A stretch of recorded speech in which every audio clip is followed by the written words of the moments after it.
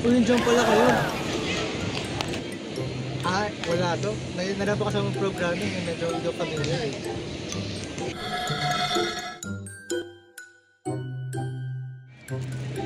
Uy, at programming, dali lang yan ah. Gamitin mo yung Claude.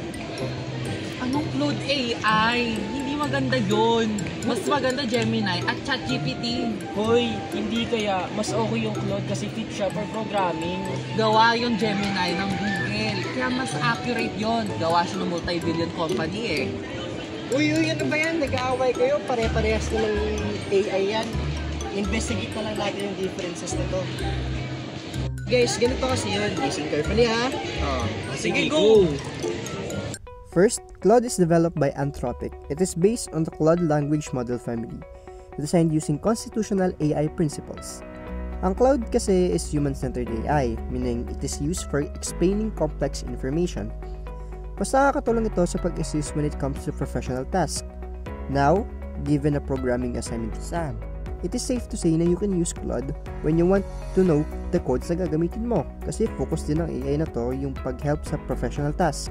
Tsaka isa pa, ang kinagandahan nito dito sa Claude ay priority nila ma-promote yung AI safety, transparency, and human-AI collaboration. Angas, di ba? Uy, di paano yung pambato kong Gemini at ChatGPT? Wait! Kalma mo, di pa kasi ako tapos eh. Ito na oh. Next, ang Gemini ay developed by Google DeepMind or formerly known as Google Brain.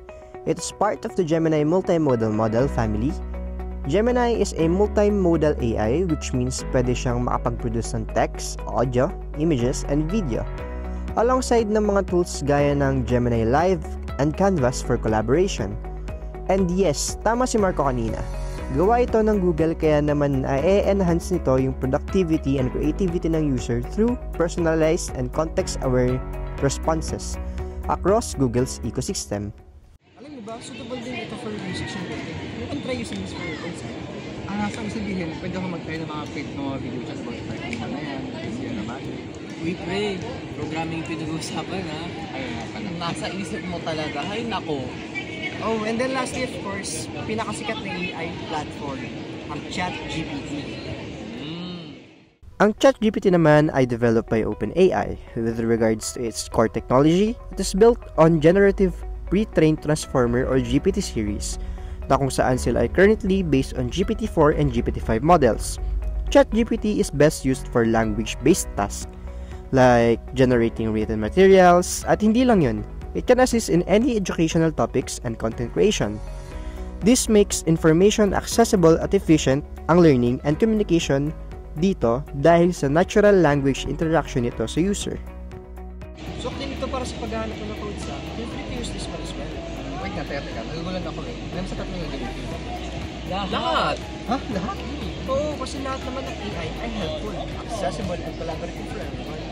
There's no limitation on which AI platform ang gagamitin mo bilang sa pag-code mo. Lahat yan makakatulong.